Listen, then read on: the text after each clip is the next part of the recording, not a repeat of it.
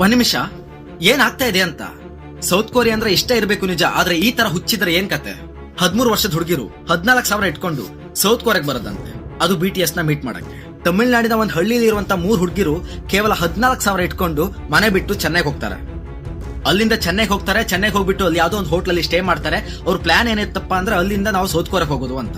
ಅಲ್ಲಿಂದ ಮತ್ತೊಂದು ಟ್ರೈನ್ ಹಿಡ್ಕೊಂಡು ಹೋಗ್ಬೇಕಾದ್ರೆ ಮಧ್ಯೆ ಹೇಳ್ಕೋತಾರೆ ಯಾವ್ದೊಂದು ತಿಂಡಿ ತಿನ್ಬೇಕು ಅಂತ. ಅಲ್ಲಿ ಅವ್ರ ಟ್ರೈನ್ ಮಿಸ್ ಆಗುತ್ತೆ. ಆವಾಗ ಅಲ್ಲಿ ಅವರು ಪೊಲೀಸ್ ಕೈಗೆ ಸಿಕ್ಕಾಕೋತಾರೆ. ಇವ್ರ ಪ್ಲಾನ್ ಏನಪ್ಪಾ ಅಂದ್ರೆ ಶಿಪ್ ಥ್ರೂ ಸೌತ್ ಕೊರಿಯಾಗ್ ಹೋಗೋದಂತೆ. ಪೊಲೀಸರು ಅವ್ರ ಮನೆಯವ್ರನ್ನ ಕಾಂಟ್ಯಾಕ್ಟ್ ಮಾಡ್ತಾರೆ, ಅವರಿಗೆ ಉಳ್ಕೊಳ್ಳೋಕೆ ವ್ಯವಸ್ಥೆ ಮಾಡ್ಕೊಡ್ತಾರೆ, ಅವ್ರನ್ನ ಮತ್ತೆ ಮನೆ ಕಳಿಸ್ತಾರೆ. ಅವಾಗ ಅವ್ರನ್ನ ಕೌನ್ಸಿಲಿಂಗ್ ಮಾಡಿದಾಗ ಗೊತ್ತಾಗುತ್ತೆ ಇವ್ರು ಇಲ್ಲಿಗೆ ಬರೋ ಪ್ಲಾನ್ ಮಾಡಿದ್ದು BTS ನ ಮೀಟ್ ಮಾಡ್ಬೇಕು ಅಂತ.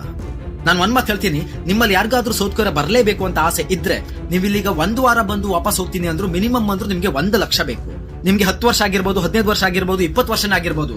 ಇಲ್ಲಿಗೆ ಏನಾದ್ರೂ ಬರ್ಬೇಕು ಅಂತ ಆಸೆ ಇದ್ರೆ ಫಸ್ಟ್ ದುಡ್ಡು ಮಾಡಿ. ಸೌತ್ ಕೊರಿಯಾ ಬರೋದು ಮಕ್ಕಳ ಆಟ ಅಲ್ಲ. ನಾನು ಬಯಸೋದಿಷ್ಟೇ, ನಮ್ ಕರ್ನಾಟಕ